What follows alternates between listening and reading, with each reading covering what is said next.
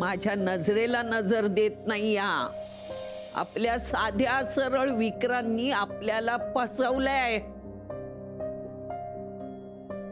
सत्य लपवणं म्हणजे एक प्रकारचं खोटं बोलणं असतं विक्रांत, आणि तू खोटं बोललायस आमच्याशी।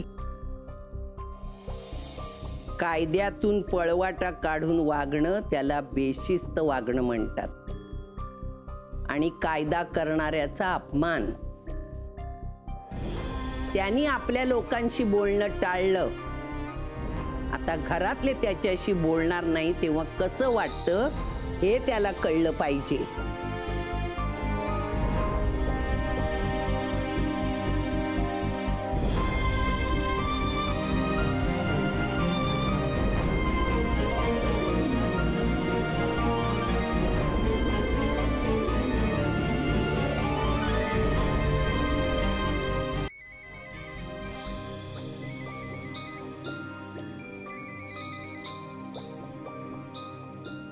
Hello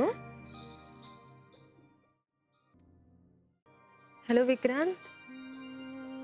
hello hi.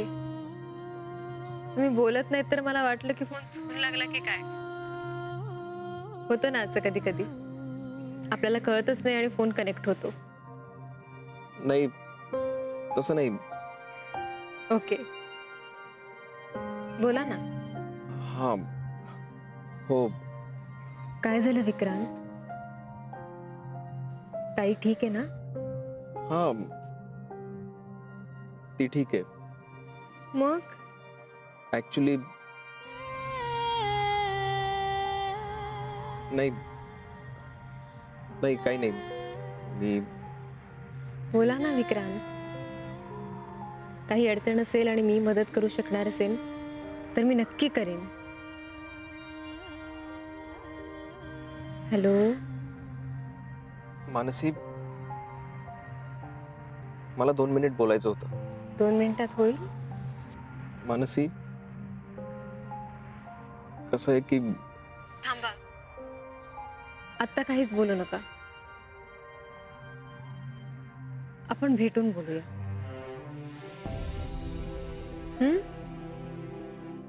Okay bye bye.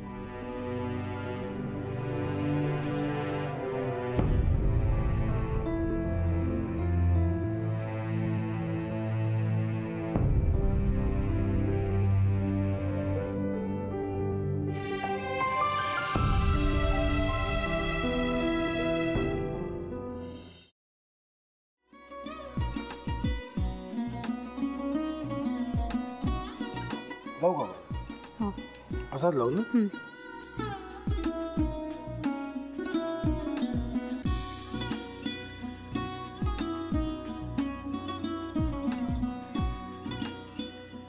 आता काय करायचंय? आता आपण ड्राय स्टफिंग दुसरं काय करणार आपण त्यात? आपण ह्याच्यात मेयोनीज न टाकता बाकीचे सगळे साहित्य टाकायचे।